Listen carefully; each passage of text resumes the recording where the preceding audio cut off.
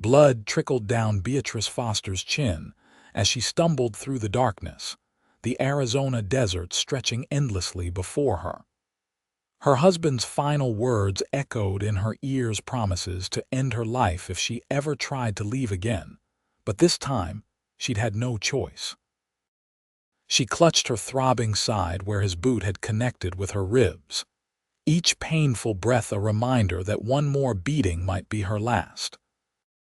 The year was 1885, and as the distant lights of Camp Verde flickered like stars on the horizon, Beatrice knew she was running not just from her husband, but from the life she had endured for 3 unbearable years. The night air chilled her to the bone as she trudged onward, her torn dress offering little protection against the desert's bitter cold. Her wedding ring, once a symbol of love, now a reminder of captivity, had been left behind on the bloodied floor of what she'd once called home. Beatrice had nothing but the clothes on her back and a desperate hope that somewhere ahead lay salvation. She didn't know how long she'd been walking when her legs finally gave out. The moon hung high in the sky, illuminating the path that had led her miles from town. Her body collapsed beside a fence post marking the boundary of someone's property. In the distance, a modest ranch house stood silhouetted against the starlit sky. A lantern burned in one window, a beacon of light in her darkest hour. With the last of her strength, Beatrice crawled toward that light, praying that whoever dwelled inside possessed more kindness than the man she'd fled.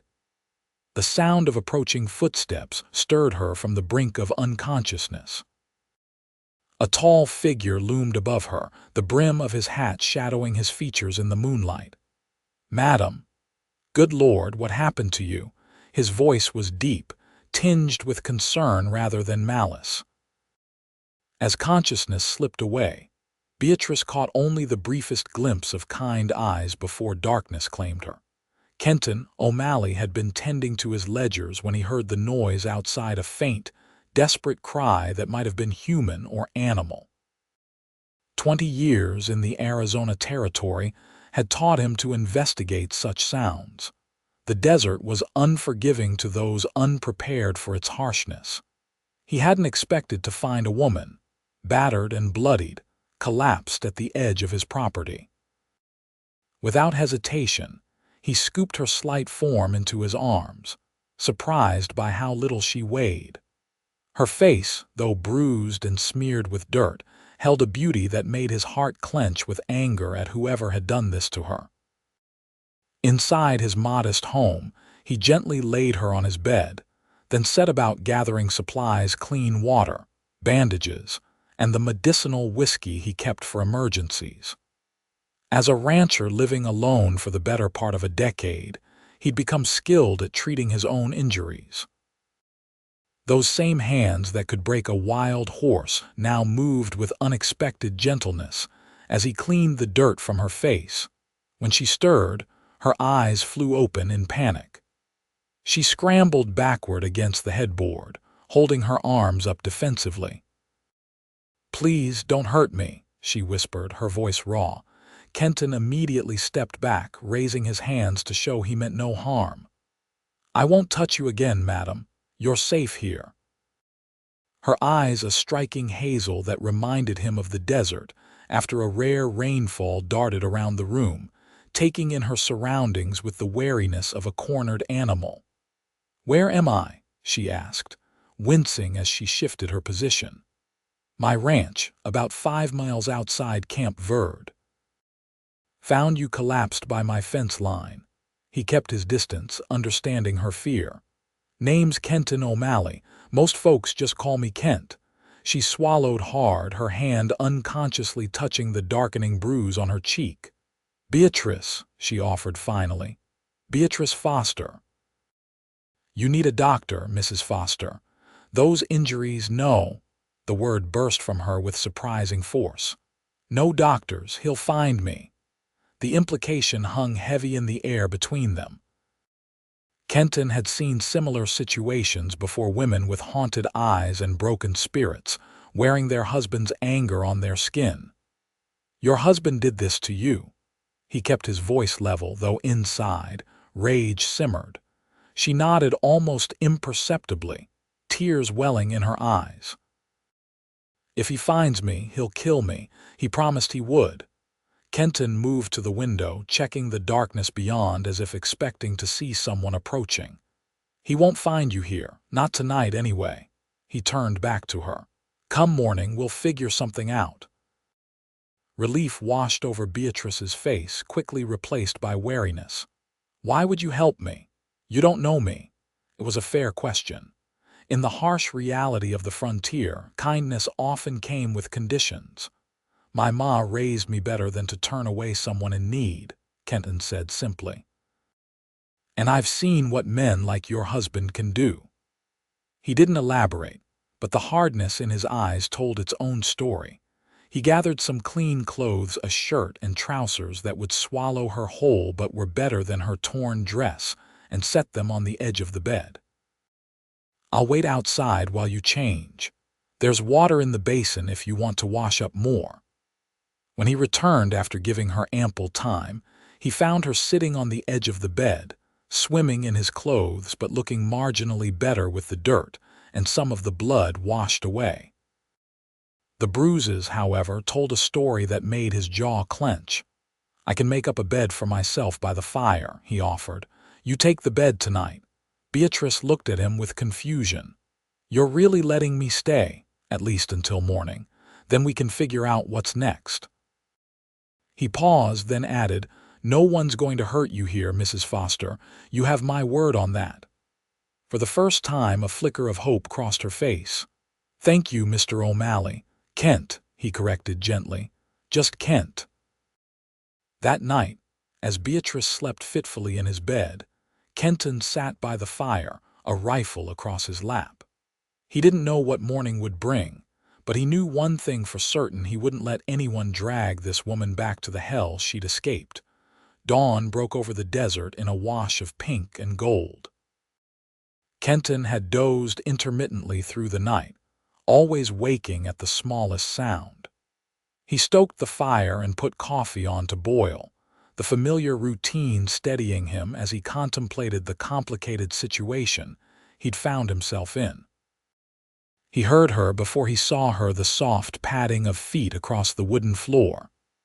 When he turned, Beatrice stood in the doorway of the bedroom, his clothes hanging off her small frame.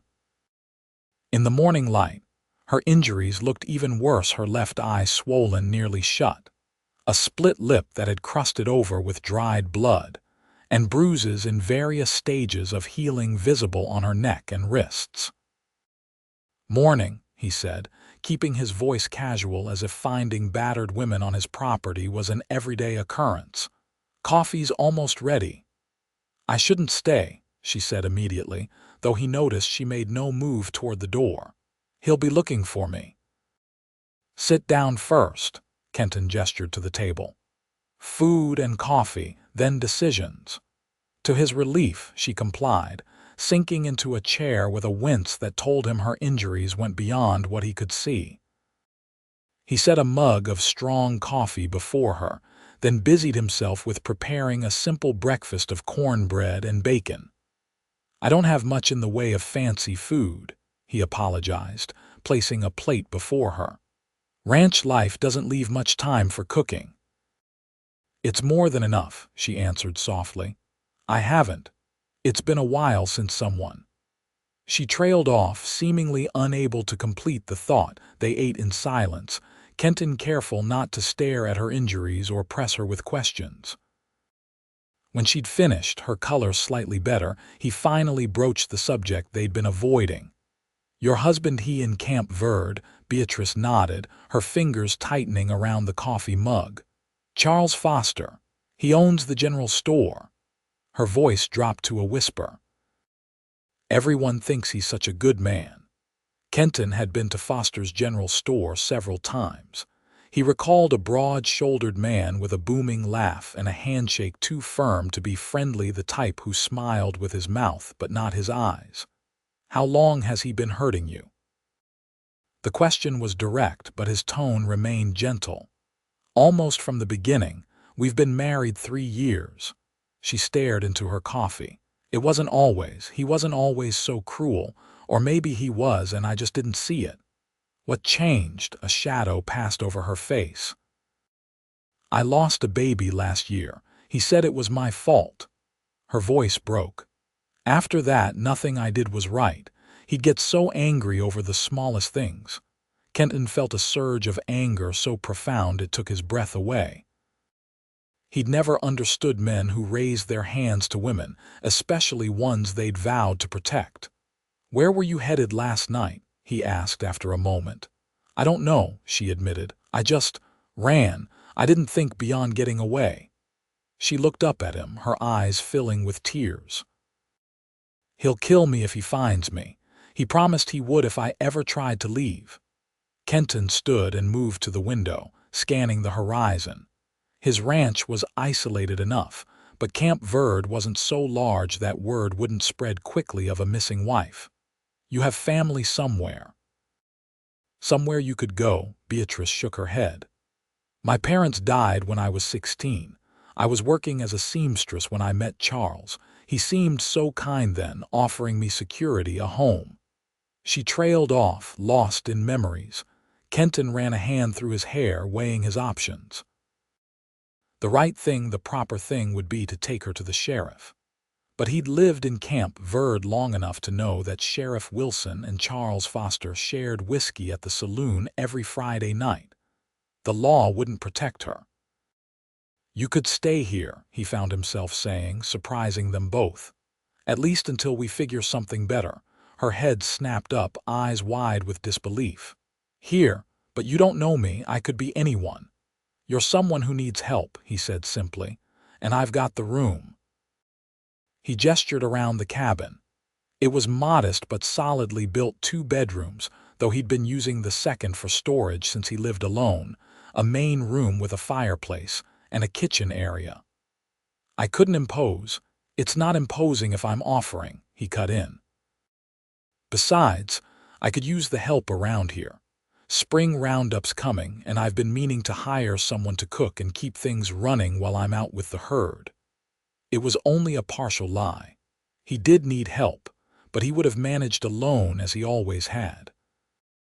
Still, it gave her a reason to stay that preserved her dignity. Beatrice looked at him with suspicion. "And what would you expect in return?" The question struck him like a physical blow as he realized what she was asking, what she feared. "Nothing like that," he said firmly. "Just cooking and keeping the place tidy. You'd have your own room with a lock on the door." He met her gaze steadily. "I'm not that kind of man, Mrs. Foster." She studied his face for a long moment, searching for deception. Whatever she saw there must have reassured her, because her shoulders relaxed slightly. "I don't have any clothes," she said, a practical objection. "No possessions at all. I can ride into Prescott tomorrow, get what you need. Camp Verde's too risky with your husband there." A flash of fear crossed her face at the mention of Charles. "He'll be looking for me." "Then we make sure he doesn't find you. This place is off the main routes. Not many visitors except the occasional cowhand looking for work." Kenton leaned forward, his expression serious. "I can't promise it'll be easy, but I can promise you'll be safe here." Beatrice looked down at her hands, small, calloused from work, but elegant even with the bruises marring them. When she raised her eyes again, there was a flicker of determination there. "All right," she said quietly. "Until I can figure out something else." Kenton nodded, oddly relieved. "We'll need a story in case anyone comes asking. You'll be my cousin, recently widowed, come to help out after her husband's passing." "Beatrice O'Malley," she tested the name, and for just a moment her lips curved in the ghost of a smile. "I suppose I could be an O'Malley for a while." Something about hearing his name associated with her stirred something in Kenton's chest, something he quickly tamped down. This woman needed protection, not complications. "First things first," he said, "all business now. Let's get that spare room cleared out for you." The next days fell into an uneasy rhythm. Kenton rode to Prescott as promised, returning with dresses, undergarments, purchased with burning ears from a sympathetic shopkeeper who assumed he was buying for a wife, toiletries, and even a few books. Beatrice's gratitude was palpable, but tinged with obvious discomfort at being the recipient of such generosity. "I'll pay you back," she insisted as she examined the simple but well-made clothing. "When I can." "We'll settle accounts later," he said dismissively. "For now, consider it your wages in advance." As her physical injuries began to heal, Kenton saw glimpses of the woman beneath the fear. She moved with natural grace around the kitchen, transforming his basic supplies into meals that made his usual fare seem bland in comparison. She had a quick mind, too, learning the rhythms of ranch life with surprising ease. But nightmares plagued her. More than once, Kenton woke to muffled cries from her room, the sound of her fighting demons in her sleep. He never mentioned it in the daylight, respecting her pride, but it fueled his determination to keep her safe. A week after her arrival, Kenton returned from checking fence lines to find Beatrice on the porch, a worried expression on her face. "Someone came by," she said without preamble. "A man looking for work." Kenton immediately tensed. "Did he see you?" She nodded. "I pretended to be your cousin like we planned. He seemed to accept it, but—" She wrapped her arms around herself. What if word gets back to Charles? It was a risk Kenton had considered. Camp Verde was small enough that gossip traveled fast. If Charles Foster heard about a woman staying at the O'Malley ranch, he might come investigating. "We'll need to be more careful," he admitted. "No more trips into town for either of us for a while." He paused, then added, "I've been thinking it might be best if you headed further west eventually. California, maybe. Somewhere he couldn't find you." The idea had been forming in his mind for days. As much as her presence had brought unexpected light to his solitary existence, he knew his ranch couldn't be her permanent refuge. Beatrice's face fell, though she quickly masked it. "Yes, of course. That would be sensible." Something in her tone made him look at her more closely. "Unless you had something else in mind," she shook her head quickly. "No, you're right. I can't hide forever, and I've imposed on your kindness too long already." "It's not an imposition," he said, more forcefully than he'd intended. Softening his voice, he added, "But you deserve a real fresh start, not looking over your shoulder in a town where your husband has connections." She nodded, but her eyes held a sadness that made him wonder what she wasn't saying. That night, as they sat by the fire after dinner, an unexpected spring storm rattled the windows with wind and rain. The cozy interior of the cabin felt like a world apart from the wilderness outside. "Tell me about yourself, Kent," Beatrice said suddenly. "You know my story, but I know almost nothing about you." Kenton, unused to talking about himself, shifted uncomfortably. "Not much to tell. Been ranching here for almost 10 years now." "Where were you before that?" He stared into the fire, memories flooding back. "Texas, originally. Fought briefly for the Confederacy, though I had little heart for it. After the war, I drifted. Worked cattle drives, ranch hands, that sort of thing. Saved enough to buy this place eventually." "No family?" she asked softly. "Parents died when I was young. Had a brother but lost him at Shiloh." The old pain had dulled over the years, but never quite disappeared. "There was a woman once back in Texas, Martha. We were going to marry, but she took fever, didn't make it." Beatrice's expression softened with empathy. "I'm sorry," he shrugged. "It was a long time ago now. After that, I just never seemed to find the right moment to settle down again." "So you've been alone all this time?" "Not alone," he corrected. "I've got the horses, the cattle, neighbors when I want company, which isn't often." He gave her a small smile. "I've got a good life here. Simple, but mine." Beatrice looked around the cabin at the books stacked neatly on shelves, the well-worn furniture, the careful organization of a man who took pride in his home despite its simplicity. "You've made something beautiful here," she said quietly. "Peaceful." The compliment warmed him more than it should have. "It's not much compared to town life." "Town life," she repeated with a bitter laugh. "Fine dresses and society parties, but afraid to speak too loudly or move too quickly for fear of a fist." She shook her head. "I'd take this honest quiet over that facade any day." Something passed between them, then an understanding perhaps, or simply the recognition of two lonely souls finding unexpected comfort in each other's company. The storm outside intensified, a crack of thunder making Beatrice jump. Instinctively, Kenton moved to the window to check that his horses were secure in the barn. Through the rain-streaked glass, he caught a glimpse of movement on the road, the outline of riders approaching. "Someone's coming," he said, instantly alert. "Get to your room." Fear flashed across Beatrice's face, but she moved quickly, gathering the evidence of her presence, her sewing, a book she'd been reading, and retreating to the back bedroom. Kenton checked his revolver, then positioned himself near the door, waiting as hoofbeats approached through the rain. A heavy knock sounded moments later. "O'Malley, you in there?" The voice was familiar, Sheriff Wilson from Camp Verde. Kenton's stomach tightened, but he opened the door, keeping his expression neutral. "Sheriff, hell of a night to be out riding." Wilson stood on the porch, rain dripping from his hat. Another man beside him, Daniel Thornton, who owned the livery stable in town. Both looked cold and irritable. "Can we come in?" "Weather's turned foul," Wilson said, already stepping forward without waiting for permission. Kenton stepped aside, eyes flicking briefly toward the closed door of Beatrice's room. "What brings you out this way?" Wilson removed his hat, shaking water from it. "Looking for a missing woman. Charles Foster's wife run off about a week ago. Foster's worried sick."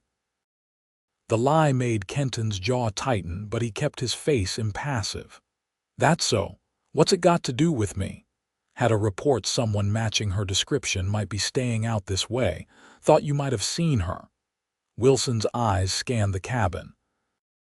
"Foster said she's not right in the head, prone to making up stories." Anger flared in Kenton's chest, but he kept his voice level. "Haven't seen any women out this way except for my cousin. She's staying with me for a spell since her husband passed." "Cousin?" Wilson's eyebrows rose. "First I heard of you having family visit.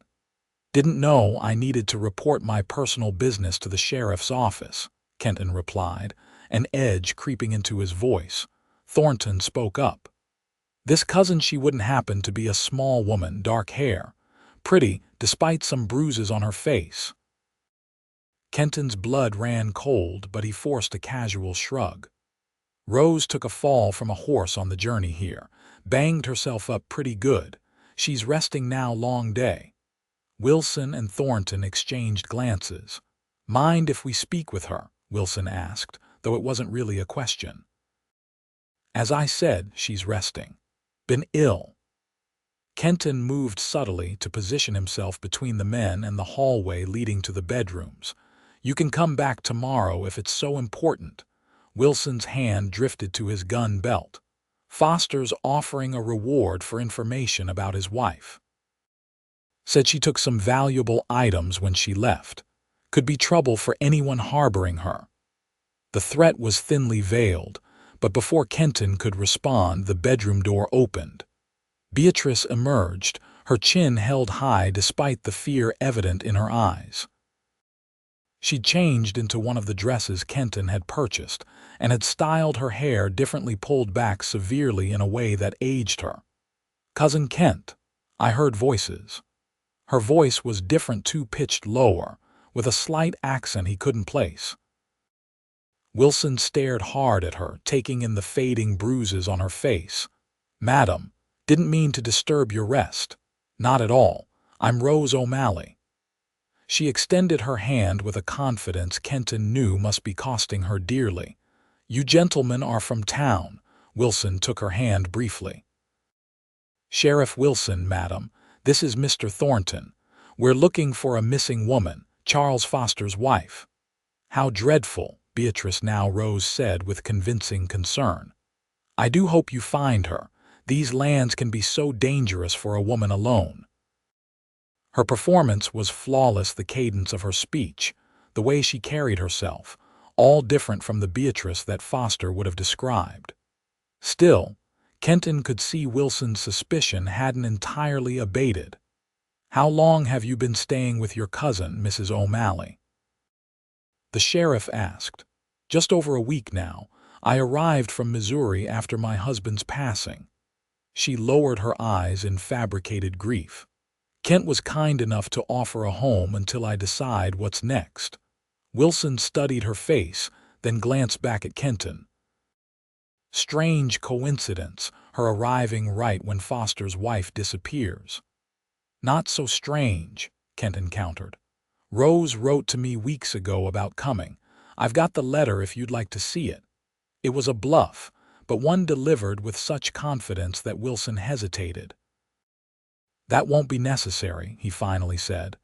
"But Foster's mighty concerned about his wife, if either of you hears anything." He let the sentence hang. "Of course," Beatrice agreed smoothly. "Family troubles are so difficult. I'll pray for their reconciliation." Something in her tone, a subtle edge beneath the sympathy, made Kenton want to smile despite the tension of the moment. Wilson and Thornton didn't stay much longer, but as they were leaving, Wilson paused at the door. "Foster's offering $50 for information leading to finding his wife. Said he just wants to know she's safe." "If we hear anything, you'll be the first to know, Sheriff," Kenton assured him, the lie bitter on his tongue. After their horses' hoofbeats faded into the storm, Kenton turned to find Beatrice leaning against the wall, trembling violently. "They know," she whispered. "They suspect." Kenton crossed to her in 2 strides, guiding her to a chair. "They suspect, but they don't know. Your performance was convincing, for now. But Charles won't stop looking." Her eyes, wide with fear, met his. "I should leave tonight. I'm putting you in danger. In this storm, that's madness." He knelt before her, taking her cold hands in his. "Listen to me, Beatrice. I'm not afraid of Charles Foster or the sheriff. You're safe here." "But for how long?" she asked, her voice breaking. "Charles has money, connections. He won't just forget me." Kenton considered their options. Foster wouldn't stop looking, that much was clear. And while Beatrice's disguise as Rose might work for a while, Camp Verde was too small for secrets to stay buried forever. "We need to think bigger," he said finally. "Moving you to California is still the best option, but we need time to plan it properly. Money, documents, connections out west." She looked at him with surprise. "I'm not sending you off alone." The words came without thought. "When you go, I'll make sure you get there safely." Tears filled her eyes. "Why are you doing this, risking everything for someone you barely know?" It was a question he'd asked himself more than once over the past week. The answer that came to him now was simple yet profound. "Because it's right," he said quietly. "And because—" He hesitated, uncertain how to express the growing feeling in his chest whenever he looked at her. "Because I can't stand the thought of you facing this alone." A tear slipped down her cheek. Without thinking, he reached up to brush it away, his fingers lingering on her skin. For a breathless moment, something electric passed between them, a connection that transcended their circumstances. Then Beatrice pulled back, reality reasserting itself. "We should prepare, in case they come back with more questions." Kenton nodded, ignoring the pang of disappointment as the moment shattered. "We'll need to get our story straight. Details about Rose that would convince even the most suspicious minds." They spent the remainder of the evening crafting a detailed history for Rose O'Malley, where in Missouri she'd lived, how her fictional husband had died, her connection to Kenton's family. By the time they retired for the night, both were exhausted but marginally more confident in their deception. As Kenton lay awake listening to the storm, he found himself questioning the wisdom of what he was doing. Harboring a runaway wife, lying to the law, these weren't actions he would have contemplated a month ago. Yet when he thought of sending Beatrice away, of abandoning her to Charles Foster's cruelty, he knew he couldn't do it, somehow. In the span of a week, this wounded woman had awakened something in him he'd thought long dead, a desire to protect, to care for someone beyond himself. It was dangerous, this feeling. Dangerous and complicated. But as sleep finally claimed him, Kenton admitted to himself that he wouldn't change it, even if he could. The week following the sheriff's visit passed in heightened vigilance. Kenton altered his routines, making trips to check his property boundaries more frequently, always watching for unwelcome visitors. Beatrice remained close to the house, practicing her Rose persona until it became second nature. They both knew it was only a matter of time before Foster or his allies returned with more questions.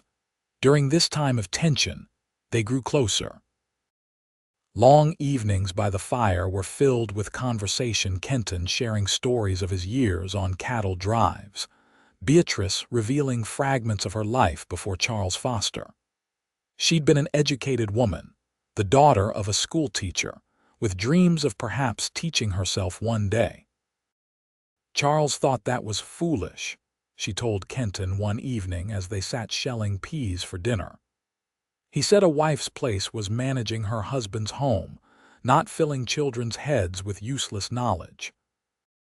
Sounds like he feared your independence, Kenton observed, noting how her hands never stopped working even as painful memories surfaced. Perhaps he simply enjoyed control. She was quiet for a moment. I used to love reading poetry. Wordsworth, Keats. Charles burned my books when I displeased him. Kenton's hands stilled. What will you do when you're truly free of him? If you could choose anything, the question seemed to surprise her. I haven't thought that far ahead. Survival has been my only goal for so long.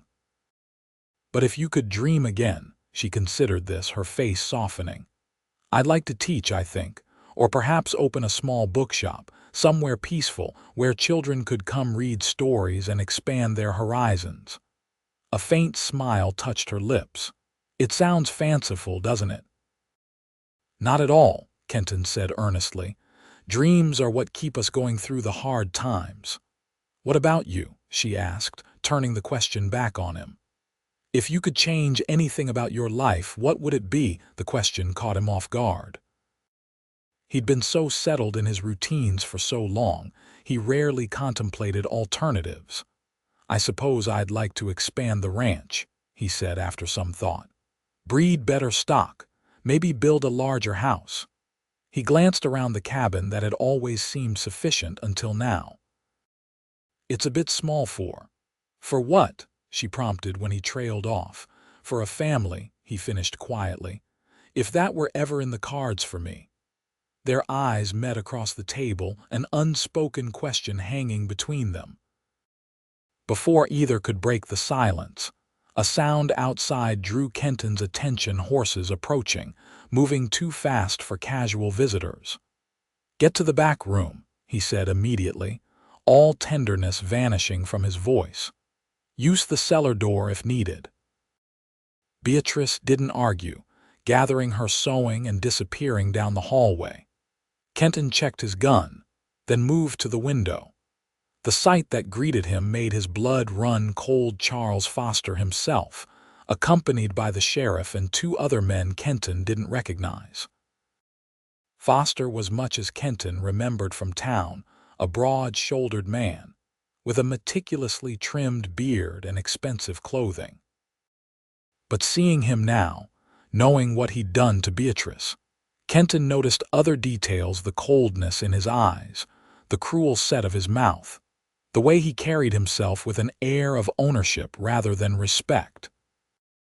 Kenton opened the door before they could knock, purposely blocking the entrance with his body. "Gentlemen, this is becoming a habit." Foster stepped forward, his smile not reaching his eyes. "Mr. O'Malley, I don't believe we've been formally introduced. Charles Foster." He extended a hand that Kenton deliberately ignored. "I know who you are. What can I do for you?" Foster's smile tightened. "I understand the sheriff visited you recently, asking about my wife. I've come to see for myself." "See what exactly?" Kenton kept his tone neutral, though his heart hammered against his ribs. "This cousin of yours." Foster's eyes narrowed. "Strange coincidence, her arriving just when my Beatrice disappeared. Already explained that to the sheriff. She's been planning this visit for months." Sheriff Wilson stepped forward. "Foster has concerns about his wife's state of mind. Says she might try to pass herself off as someone else." "My Beatrice has always been imaginative," Foster said with a false concern that made Kenton's skin crawl. "I fear she may have suffered some kind of breakdown. The loss of our child last year affected her deeply." The casual way he weaponized Beatrice's grief made Kenton's hand inch toward his gun. With effort, he controlled himself. "As I told the sheriff, my cousin Rose is resting. She's been unwell." "Then you won't mind if we speak with her," Foster insisted, attempting to look past Kenton into the house. "Just to put my mind at ease." Kenton considered his options. Refusing outright would only increase their suspicions. Before he could respond, he heard footsteps behind him. "Cousin Kent." "Who's visiting at this hour?" Beatrice, once again transformed into Rose, stood in the hallway. She'd changed into one of her plainer dresses and added a shawl that aged her further. Her hair was styled differently from the last time the sheriff had seen her, and she carried herself with a dignified stiffness that Beatrice Foster had never shown. For a moment, Foster studied her intently, his eyes narrowing as he took in her appearance. Kenton held his breath, watching for any flicker of recognition. "Mrs. O'Malley," the sheriff said by way of introduction. "This is Mr. Foster from town. His wife has gone missing." "How terrible," Beatrice said, her voice steady despite the slight tremor in her hands. "I do hope you find her soon." Foster took a step forward, eyes locked on her face. "You seem familiar, madam. Have we perhaps met before?" "I don't believe so, sir. I've only been in Arizona a short time." She met his gaze with remarkable composure. "I rarely went into town back in Missouri. My late husband preferred I keep to our home." Something in her choice of words made Foster's expression darken momentarily. "Your husband? The sheriff mentioned he passed recently." "Consumption," Beatrice said smoothly. "A long illness." Foster continued to study her, his scrutiny so intense that Kenton moved subtly to position himself between them. "Mr. Foster, it's getting late. If there's nothing else, actually, there is." Foster reached into his coat and withdrew a folded paper. "A photograph of my wife. I'd appreciate if you'd both look at it. Perhaps you've seen her on your property." He handed the photograph to Kenton, who glanced at it briefly before passing it to Beatrice. It showed a younger, happier Beatrice, her hair styled elaborately, wearing an expensive dress, a forced smile on her face. "I'm afraid I haven't seen this woman," Beatrice said, handing the photograph back to Foster with steady hands. "But as Kent mentioned, I've been unwell and haven't ventured far from the house." Foster took the photograph, his eyes never leaving Beatrice's face. For a terrible moment, Kenton thought he might have seen through their deception. Then Foster tucked the photograph away with a sigh. "My apologies for disturbing your evening, Mrs. O'Malley. Grief sometimes makes men desperate." He tipped his hat, a gesture of courtesy that seemed at odds with the coldness in his eyes. "If you do happen to see my wife, I'd be most grateful for word. She's all I have left in this world." The performance was masterful, the concerned husband, heartbroken over his missing wife. Kenton wondered how many times Foster had played this role in public while being a monster in private. "Of course," Beatrice replied with perfect composure. "Family should always be reunited when possible." Foster's eyes flashed at this, but he merely nodded and turned to leave. The sheriff lingered a moment longer. "O'Malley, a word before I go." Kenton followed Wilson a few steps from the house, out of earshot of the others. "I don't know what game you're playing," the sheriff said in a low voice, "but Foster's a powerful man in these parts. If you're hiding something or someone, it won't end well for you." "I've got nothing to hide, Sheriff," Kenton replied evenly. "My cousin needs a place to stay, and I've provided it. Nothing more to it than that." Wilson studied him for a long moment. "For your sake, I hope that's true." He glanced back at the house. Foster's not the type to give up easily. It was as close to a warning as the sheriff could give. Kenton nodded in acknowledgement, understanding that Wilson's loyalties were divided, the law on one side, Foster's influence on the other. After the men departed, Kenton found Beatrice in the kitchen, her hands braced against the table, her whole body shaking. "He knew," she whispered, her voice hollow with terror. "He didn't say it, but he knew." Kenton crossed to her, hesitated, then placed his hands on her shoulders. "If he knew for certain, he wouldn't have left without you. You don't understand." She turned to face him, her mask of composure completely gone. "I saw it in his eyes, that look he gets when he's planning something. He's not convinced, but he's suspicious enough. He'll be watching this place, waiting for me to make a mistake." Kenton knew she was right. Foster wouldn't give up so easily, especially now that he had doubts about Rose. "We need to move up our timeline," he said decisively. "Get you to California sooner than we planned." "How?" "He'll be watching the roads, the stage stations." Kenton ran a hand through his hair, thinking rapidly. "Not if we don't take the obvious routes. I know these lands better than Foster ever will. We can go north through the mountains, then west. It's longer but safer." She looked at him with surprise. "You can't leave your ranch, your livelihood. The ranch will keep. I've got a good hand who can watch things for a few weeks."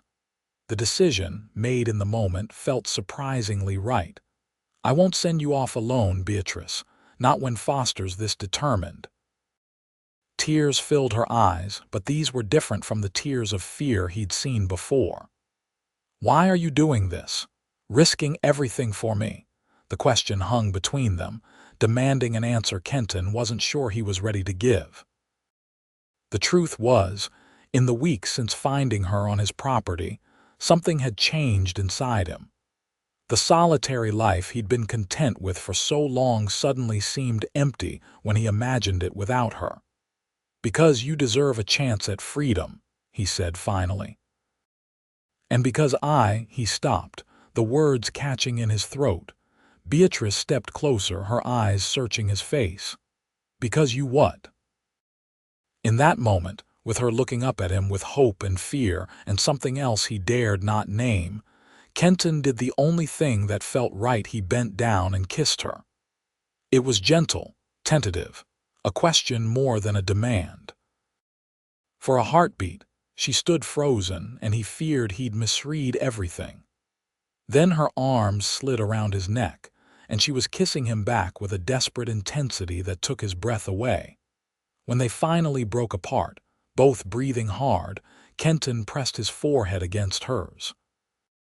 "Because somehow, in the midst of all this danger, I found something I wasn't looking for."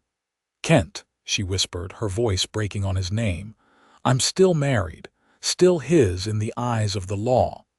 "Not in my eyes," he said fiercely, "and not in the eyes of any God worth believing in." She stepped back slightly, though her hands remained on his arms. "If we do this, if we run, there's no coming back. You'd be giving up everything." "Not everything," he countered. "Just things, land, cattle, a house. Those can be rebuilt." He took her face gently in his hands. What I've found with you that's worth more.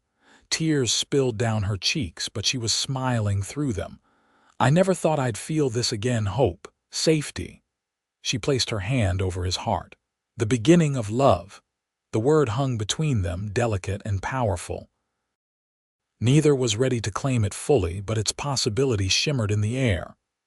We leave tomorrow at dawn, Kenton said, reluctantly stepping back to practical matters.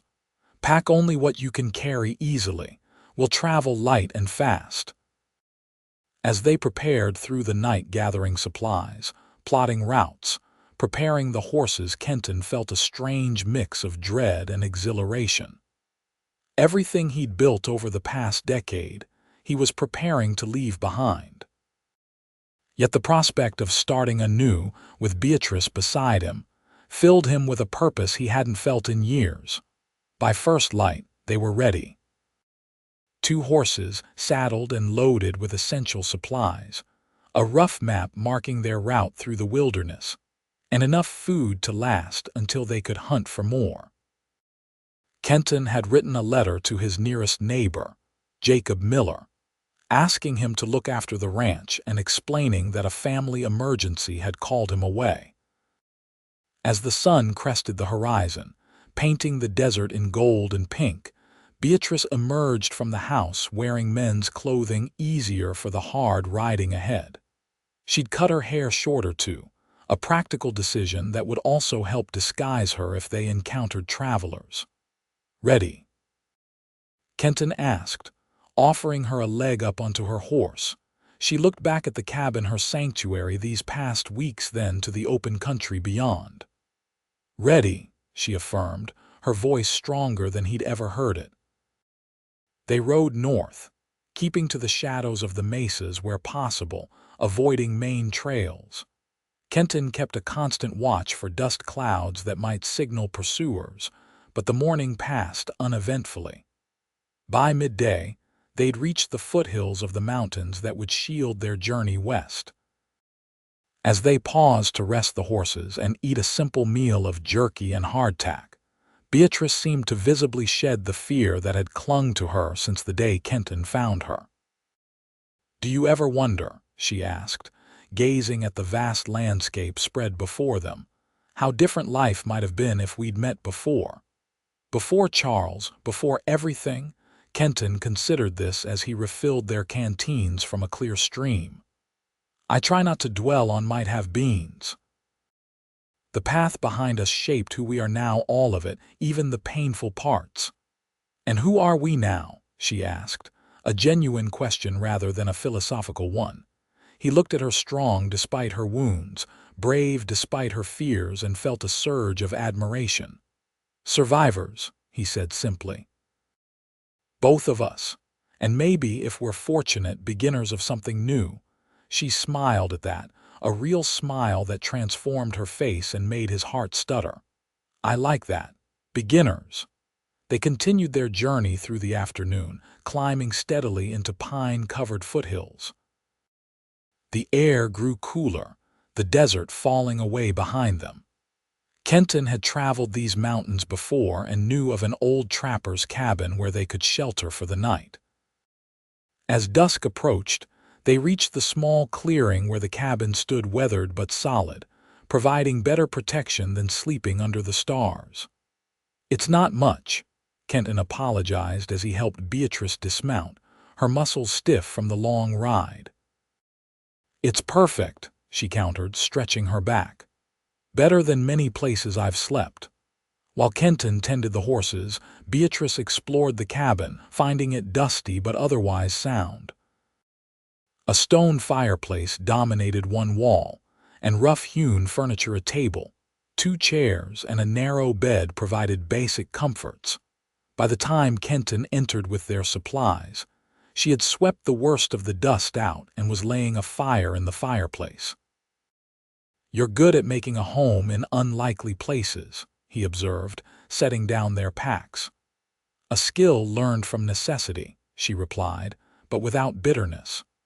"Charles moved us 3 times in 3 years, always claiming better opportunities elsewhere. I think now it was to keep me isolated, away from anyone who might notice what was happening. Kenton nodded, understanding the tactic. Men like Foster thrived on isolation and control. "You'll never be isolated like that again," he promised. "Wherever we end up, it will be your choice as much as mine." The fire blazed to life, casting warm light through the small cabin. They prepared a simple dinner from their provisions, the domesticity of the act striking in contrast to their circumstances. "You think he's following us?" Beatrice asked as they ate, the question that had hovered unspoken throughout the day. "Possibly," Kenton admitted. "But we've covered our tracks well, and these mountains offer many paths. It would take a skilled tracker to find us." "Charles isn't a tracker, but he has money." "He could hire men who are." Kenton couldn't deny this. "Then we stay alert and keep moving. 3 more days should bring us to Flagstaff. From there, we can take the train west." Beatrice nodded, though concern still lined her face. "And if we make it to California, what then?" It was a question Kenton had been pondering throughout their journey. "I have some savings. Enough to buy a small place, perhaps near the coast. I've heard the land is fertile. They're good for raising horses, maybe. And I could teach," she added, allowing herself to imagine it. "Or open that bookshop we talked about." "You could do both," Kenton suggested. "Teach during the day, run the shop in evenings and weekends." The simple act of planning a future together, even one fraught with uncertainties, brought a warmth to the cabin that had nothing to do with the fire. As night deepened around them, they fell into a comfortable silence, each lost in private thoughts. When it came time to sleep, Kenton prepared to make a pallet on the floor, but Beatrice stopped him with a hand on his arm. "Stay," she said softly, gesturing to the narrow bed. "Just to sleep. I don't want to be alone tonight." The request, innocent yet intimate, made Kenton's heart race. He nodded, removing only his boots before stretching out on the bed. Beatrice lay beside him, her back to his chest, fitting perfectly into the curve of his body. Hesitantly, he draped an arm over her waist, and she covered his hand with hers, a silent acceptance. "Kent," she whispered into the darkness. Thank you. Not just for helping me escape, but for making me feel like a person again, not a possession." He tightened his arm around her, drawing her closer. "You're the strongest person I've ever met, Beatrice. It's been my privilege to know you." She turned in his arms then, facing him in the dim firelight. Her eyes searched his face before she leaned in to kiss him softly. Unlike their first kiss, this one held no desperation, only tenderness and the promise of deeper feelings. "We should sleep," she murmured, though her hand remained on his cheek. "Long day tomorrow." Kenton nodded, though sleep seemed impossible with her so close, her scent surrounding him, her warmth seeping into his bones. Yet eventually, exhaustion claimed them both, and they slept in each other's arms, finding peace despite the uncertainty of their future. Dawn broke clear and cold, sunlight filtering through the cabin's single window.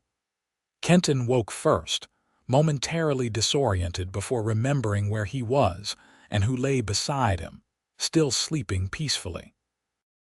He allowed himself a moment to simply look at Beatrice, her face relaxed in sleep, free from the worry that usually tightened her features. Moving carefully to avoid waking her, he slipped from the bed and stepped outside to check on the horses and scan their surroundings. The mountain air was brisk, carrying the scent of pine and the promise of a fair day for travel. No sign of pursuit, though Kenton knew that meant little. A careful tracker would leave minimal evidence. When he returned to the cabin, Beatrice was awake, rekindling the fire for morning coffee. "Everything all right?" she asked, reading his expression. "No sign of trouble. We should make good time today if the weather holds." They shared a quick breakfast, then packed their few belongings and saddled the horses. As they prepared to depart, Beatrice paused, looking back at the humble cabin. "I wish we could stay," she said unexpectedly. Just for a while, it feels safe here. Kenton understood the sentiment. The isolated cabin, far from civilization, offered a temporary haven where they could simply be without pretense or fear. But such luxury wasn't theirs to claim, not yet. "We'll find another place," he promised. "One that's ours from the beginning." The day's journey took them deeper into the mountains, following game trails and old logging roads that few remembered. Kenton set a steady pace, mindful of conserving the horse's strength for the long journey ahead. They spoke little as they rode, each lost in thoughts of what lay behind and what might await them. By mid-afternoon, they reached a high meadow where Kenton suggested they rest. The horses grazed on the lush grass while he and Beatrice shared dried fruit and the last of their bread. The view from their position was breathtaking, the desert floor visible in the distance, the mountains rising majestically around them. "It's beautiful," Beatrice said, gazing at the landscape. "I never saw much beauty when I was with Charles." He had no patience for stopping to admire a view or watch a sunset, always rushing to the next thing, the next opportunity. "Some men are so focused on where they're going they miss where they are," Kenton observed. "My father was like that, always working, planning, rarely present in the moment." "It's a hard way to live." "And you're different?" she asked, studying him with interest. He shrugged. "Had to learn to be. The land teaches you patience if you let it. A crop won't grow faster because you want it to. A horse won't be broken in a day just because you're in a hurry." She smiled at this wisdom. "I think I'd like to learn that patience, to feel rooted somewhere instead of always running." "You will," he assured her. "We both will." As they prepared to continue their journey, Kenton noticed something that made him freeze, a thin column of smoke rising from a valley to the south, exactly the direction they had come from. "Riders," he said tersely, pointing. "Could be a hunting party, but it's him," Beatrice said with certainty. "Charles, I can feel it." Kenton didn't doubt her instinct. "Then we change course. Head west now instead of continuing north." He studied the terrain ahead. "It'll be rougher going, but it might throw them off our trail." They mounted quickly, abandoning the planned route for a steep trail that cut directly across the mountainside. The going was indeed difficult, narrow paths winding through dense forest, rocky inclines that forced them to dismount and lead the horses.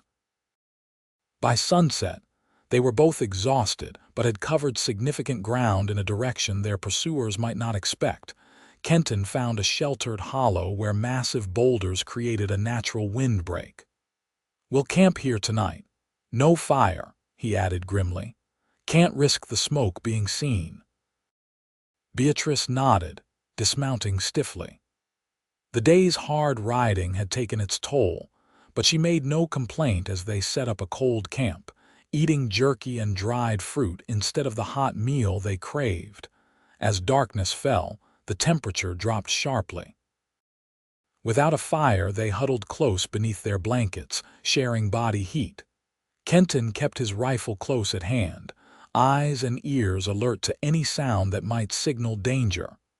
"I'm sorry," Beatrice whispered in the darkness. "I've brought this trouble to your door." "You have nothing to apologize for," Kenton replied firmly. "Foster is the one who should be sorry, for what he did to you and for what he's doing now. I never imagined he'd come this far to find me. Pride, perhaps he can't stand the thought of something he owns getting away." Her voice held a bitterness Kenton had rarely heard from her. "Or maybe he truly believes he loves me in his twisted way." "That's not love," Kenton said, his arm tightening around her. "Love doesn't hurt. It doesn't control or diminish." "What does it do then?" she asked softly. He thought about this, about the feelings that had grown in him since finding her that night on his property. "It lifts you up, makes you more than you were alone, and it gives without demanding return." In the darkness, he felt her turn toward him. "Is that what you feel for me?" The question hung between them, weighty with implication. Kenton had been cautious with his heart for so long, wary of attachment after losing so much. But the truth was undeniable. "Yes," he said simply. "I love you, Beatrice. I think I have since the moment you stood up to the sheriff, pretending to be Rose even though you were terrified." Her hand found his face, tracing its contours in the darkness. "I love you too. It happened so gradually I didn't recognize it until that night you kissed me. Then it seemed so obvious, like something I'd always known but hadn't admitted." The confession, made in whispers beneath the vast starry sky, sealed something between them, a commitment deeper than words, a promise to face whatever came together. Morning brought renewed vigilance. They rose before dawn, eating quickly and packing their meager camp in silence. As the first light touched the mountaintops, they were already moving, following a deer trail that wound westward through the forest. The day passed without sign of pursuit, but neither of them relaxed their guard. By afternoon, they reached a ridge that offered a view of what lay ahead: more mountains, but beyond them, the beginnings of the plateau that would eventually lead to Flagstaff. 2 more days, Kenton estimated. Maybe 3 if we continue avoiding the main trails. They made camp that night in a grove of aspens, their silver-green leaves rustling in the gentle breeze. Kenton deemed it safe enough for a small fire, carefully banked to minimize smoke. The warm food and tea were a luxury after the previous night's cold camp. As they sat beside the fire, Beatrice broached a subject that had clearly been on her mind. "What will we be to each other when we reach California? I'm still legally bound to Charles." It was a practical question, though one laden with emotion. Kenton had considered this challenge during their journey. "There are places where divorce is possible, even for women in your situation," he said. "It might take time and Charles could contest it, but eventually you could be legally free. And until then—" He took her hand, his thumb tracing circles on her palm. "Until then, we live our truth. Those who matter will understand. And if they don't, then they don't matter," he said simply. "I won't let anyone's judgment stand between us." She smiled at his certainty, though worry still clouded her eyes. "I wish it could be that simple." "It can be," he insisted. "We make it simple by choosing each other every day." They fell asleep that night planning their future: the small ranch they might build, the horses Kenton would raise, the school or bookshop Beatrice would open. Dreams spun beneath the stars, fragile but full of hope. Dawn brought a change in the weather: dark clouds gathering on the horizon, promising rain by afternoon. They broke camp quickly, eager to cover as much ground as possible before the storm hit. The terrain had become more challenging, forcing them to navigate steep slopes and narrow passes where the horses struggled for footing. By midday, the storm was upon them: not the gentle rain they'd hoped for, but a violent mountain thunderstorm with lashing wind and blinding sheets of water. They sought shelter beneath an overhanging cliff, the horses standing miserably with their backs to the wind. "We'll have to wait it out," Kenton shouted over the storm's roar. "Too dangerous to continue in this."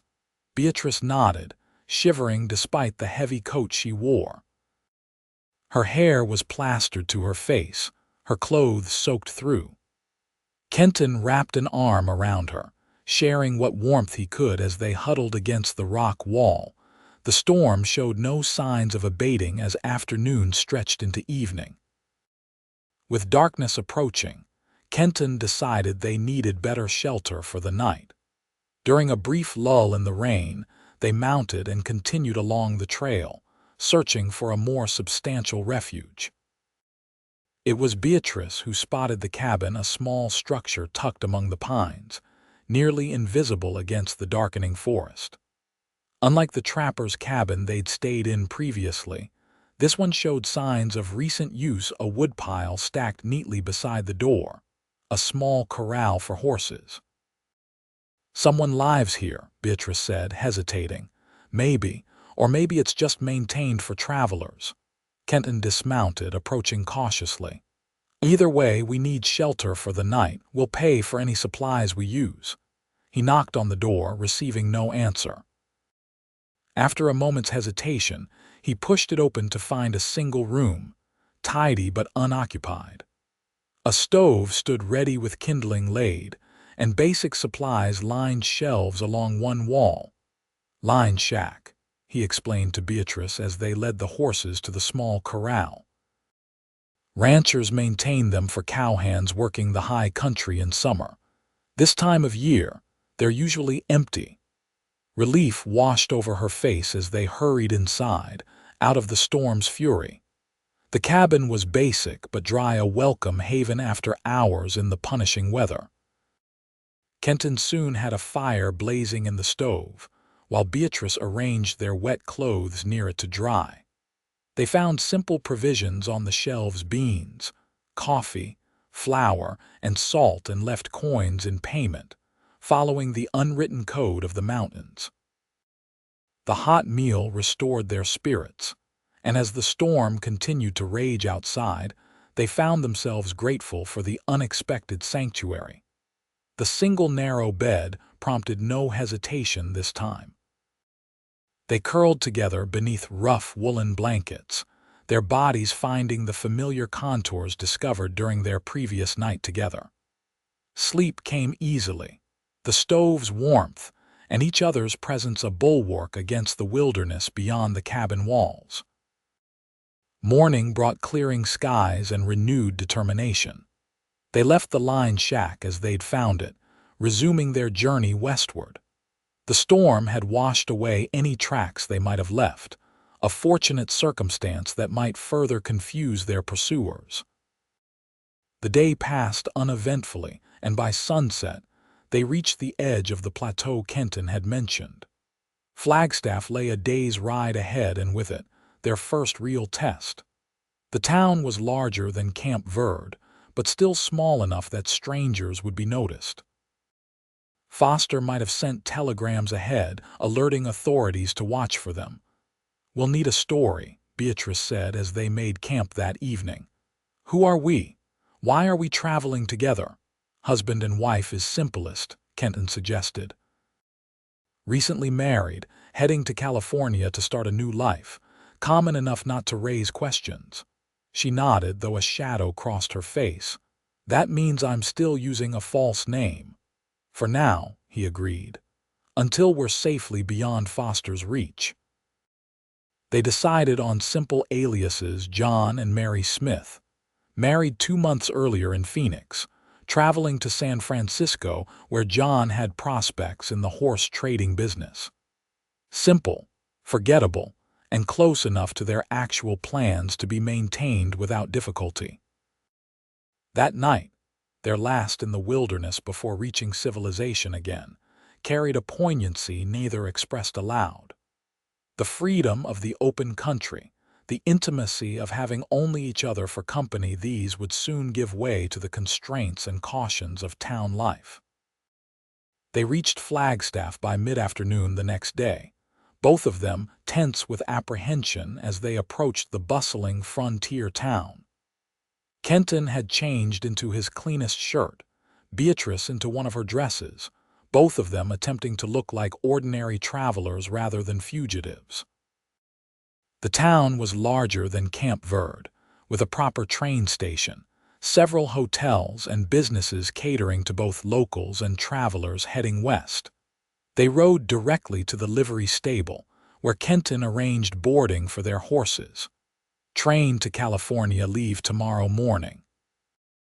he asked the stable hand, adopting a slight accent different from his usual speech.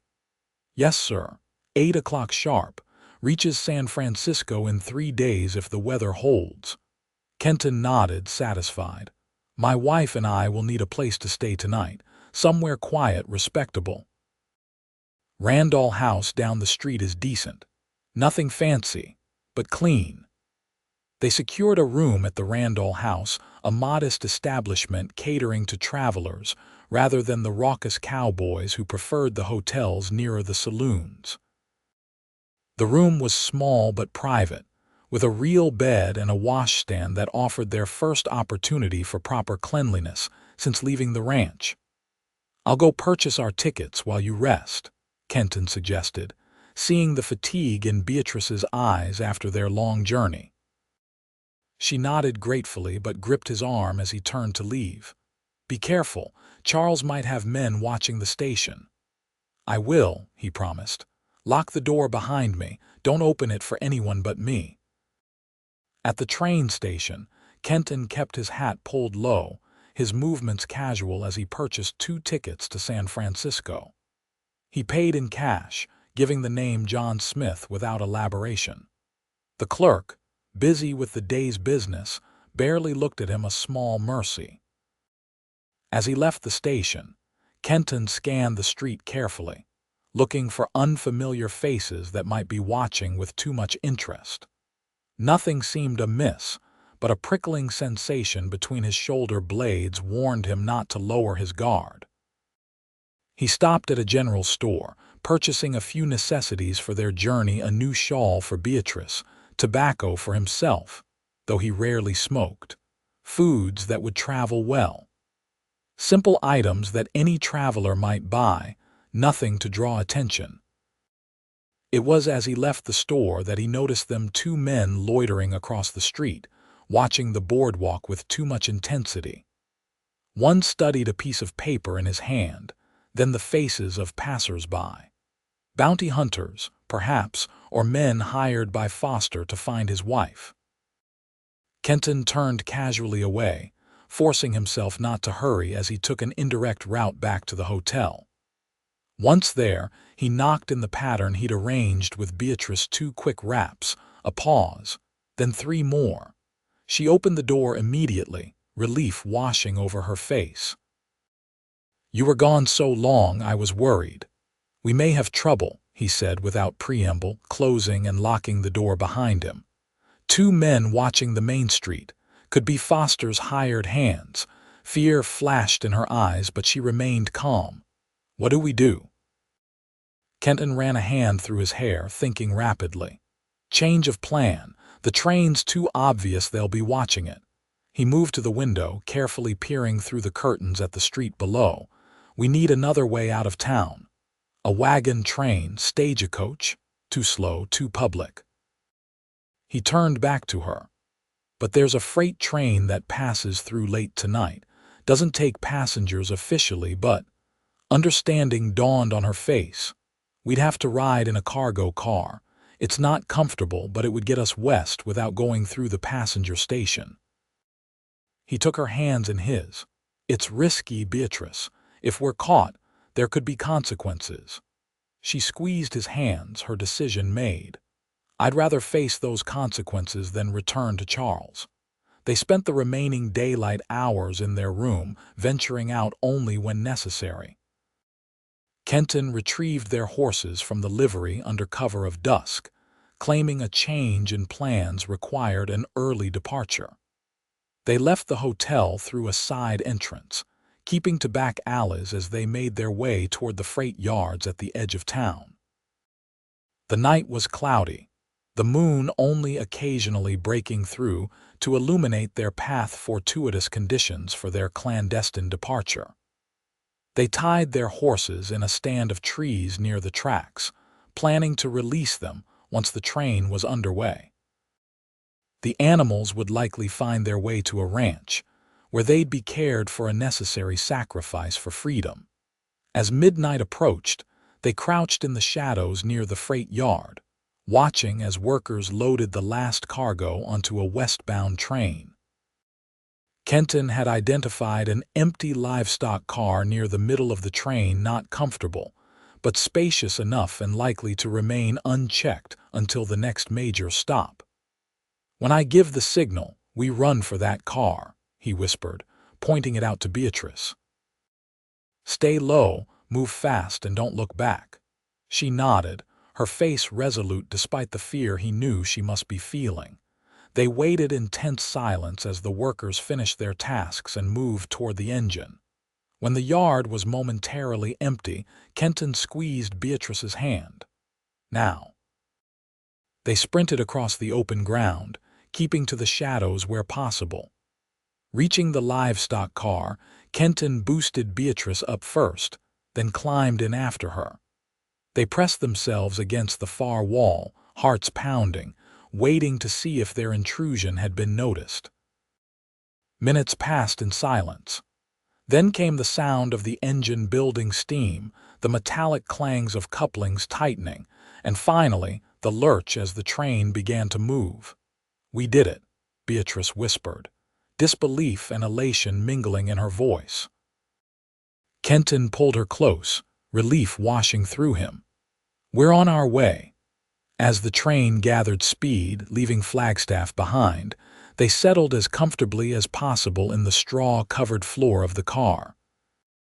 The journey would be uncomfortable cold, bumpy, and with the constant fear of discovery, but each mile took them further from danger and closer to the new life they'd planned. "What will you miss most?" Beatrice asked softly as they watched the landscape slide by through cracks in the wooden slats. "About your ranch, I mean." Kenton considered this, surprised to find that the ache of leaving his home had dulled in the face of what he was gaining. "The quiet mornings, maybe, watching the sun rise over land that was mine." He smiled faintly. "But land is just land. It's what you build on it that matters." "And we'll build something new," she said, not a question but a statement of faith. "Better than what came before," he agreed, drawing her closer against the night's chill. They dozed intermittently, waking at each stop to ensure they remained undetected. By dawn, they had passed through smaller towns and were heading into more remote territory. Kenton estimated they were nearing the California border still a day from San Francisco, but already far beyond Foster's likely reach. It was late afternoon when disaster struck. The train slowed for a routine stop at a water tower, and they heard voices approaching their car. Railroad workers doing an unscheduled inspection. "Hide," Kenton hissed, pulling Beatrice toward a pile of straw in the corner. They burrowed in just as the door slid open, revealing two men with lanterns. Kenton held Beatrice close, both of them barely breathing as the light swept across the car. "Thought I heard something in here," one man muttered. "Probably just the car settling," his companion replied. "Come on, we're behind schedule." For a moment it seemed they would leave. Then one of the lanterns illuminated the corner where their packs lay partially exposed. "Hold up." "What's that?" Kenton knew they were discovered. Making a split-second decision, he pushed Beatrice deeper into the straw and stood, hands raised non-threateningly. "Just me, fellas," he said, affecting a sheepish tone. "Needed to get west in a hurry, couldn't afford a passenger ticket." The workers stared at him, surprised but not immediately hostile. "You know riding freight is illegal, mister," one said gruffly. "I do, and I'm willing to pay for the trouble." Kenton slowly reached into his pocket, withdrawing several coins. "For your inconvenience." The men exchanged glances, clearly tempted by the bribe. But before they could respond, a third figure appeared in the doorway, a man in a suit that marked him as a railroad official. "What's the delay here?" he demanded, then spotted Kenton. "A stowaway. Get the sheriff." Everything happened quickly after that. Kenton was hauled from the train, his protests ignored. As they dragged him toward the small station building, he caught a glimpse of Beatrice peering fearfully from the shadows of the car, undetected in the commotion surrounding him. He gave her a nearly imperceptible shake of his head, stay hidden before being marched away. Inside the station, he was confronted by the local sheriff, a weathered man with suspicious eyes. "Got a name, stranger?" the sheriff asked, studying Kenton carefully. "John Smith," Kenton replied, sticking to their agreed alias. "Convenient name." The sheriff didn't bother hiding his disbelief. "And your business riding our freight trains without paying, needed to get to California. Short on funds." The sheriff exchanged glances with the railroad official. "We'll hold him until we can verify his identity. Probably wanted somewhere."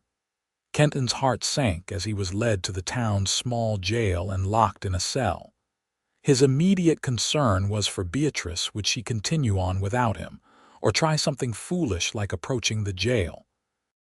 Either option held dangers he couldn't protect her from. Hours passed with excruciating slowness. Through the small window of his cell, Kenton watched the train depart without him, taking with it his hopes for a swift resolution to their journey. He could only pray that Beatrice had remained hidden, that she was continuing westward toward safety. It was nearly sunset when the sheriff returned, accompanied by a telegraph operator clutching a yellow paper. "Got an interesting response to my inquiries, Mr. Smith," the sheriff said, unfolding the telegram. "Seems you match the description of one Kenton O'Malley, wanted for questioning in Camp Verde regarding the disappearance of a woman. Married woman at that." Kenton kept his expression neutral despite the dread settling in his stomach. "Never been to Camp Verde." "That's so," the sheriff studied him, "because this telegram says different, says you're suspected of abducting Charles Foster's wife. Serious accusation. Whoever sent that is mistaken." The sheriff shrugged. "We'll see. Foster's offering a substantial reward. He'll be arriving tomorrow to identify you personally." The news hit Kenton like a physical blow. Foster, coming here, which meant Beatrice was in danger if she remained in the area. And if Foster arrived with legal authority from Camp Verde, Kenton could find himself extradited back to Arizona territory to face charges. "Sheriff," he said carefully, "the situation isn't what it seems." "Never is." The sheriff turned to leave. "Get comfortable, O'Malley. You're not going anywhere until Foster arrives." Left alone, Kenton paced his cell, mind racing through options that dwindled with each passing hour. If Foster arrived and identified him, Beatrice's situation would become even more precarious. His only hope was that she had continued to San Francisco, that she was putting distance between herself and danger. Night fell, bringing with it a bone-deep cold that the thin blanket on the cell's cot did little to alleviate. Kenton had just resigned himself to a sleepless night when he heard a soft tapping at the window above his cot. Standing on the cot, he peered through the bars to see Beatrice's face, pale in the moonlight. "What are you doing here?" he whispered, equal parts relieved and dismayed to see her. "You should be on that train and leave you." "Never." Her voice was low but determined. "Charles is coming. We need to get you out." "How? This is a proper jail, Beatrice, not a shed with a lock." She glanced over her shoulder, checking that no one was nearby. "I found help. There's a woman in town, Martha Sullivan. She runs a boarding house and she understood my situation immediately. She's been there herself." "Martha's distracting the sheriff now," she continued. "Card game at the saloon. Deputies there too. The cell key is hanging in the office." Kenton shook his head, amazed at what she'd accomplished in just hours. "Even if you get me out, we can't take the train now. They'll be watching for us. Martha has a wagon we can use, and supplies. We leave tonight, travel cross-country." It was risky, far more dangerous than their original plan, but with Foster arriving tomorrow, they had no choice. "Be careful," he urged. "If you're caught, I won't be." The determination in her eyes reminded him of why he'd fallen in love with her. "Be ready. I'll be back within the hour." True to her word, Beatrice returned as the town clock struck midnight. Kenton heard the main door to the jail open, followed by soft footsteps approaching his cell. Beatrice appeared with a key in hand, her expression triumphant despite the fear visible in her eyes. "Hurry," she whispered as the lock clicked open. Martha can only keep them occupied so long. They moved silently through the dark building and out a rear door where, as promised, a wagon waited. A gray-haired woman stood beside it, her face lined but her eyes sharp and kind. "This must be your fella," she said to Beatrice, sizing Kenton up with a glance. "He's got honest eyes, at least." "Martha Sullivan," Beatrice introduced her. "She's saved both our lives tonight." "Madam." Kenton tipped his hat respectfully. "I don't know how to thank you." Martha waved off his gratitude. "No time for that. Your supplies are in the wagon: food, water, blankets. Head west, stay off the main roads. There's a map showing the route to a friend's place near Sacramento. Tell him Martha sent you." As Kenton climbed onto the wagon seat, Martha caught Beatrice's hand. "Remember what I said. Even when you reach California, be careful. Men like your husband don't give up easily." "I know," Beatrice replied softly, "but this time I'm not facing him alone." With final thanks to their unexpected ally, they set off into the night, the wagon's wheels crunching softly on the dirt road leading west from town. They traveled in tense silence until the town's lights had faded completely behind them. "I can't believe you came back for me," Kenton said finally. "You risked everything." "Of course I came back." Beatrice's voice was steady in the darkness. "I love you. Did you think I'd abandon you to Charles?" The simplicity of her statement humbled him. Despite everything she'd suffered, her capacity for loyalty and love remained undiminished. "When this is over," he said, taking her hand while keeping the other on the reins, "when we're truly safe, I want to marry you, properly, legally." She squeezed his hand, tears glistening in the moonlight. "I want that too, a real beginning without fear."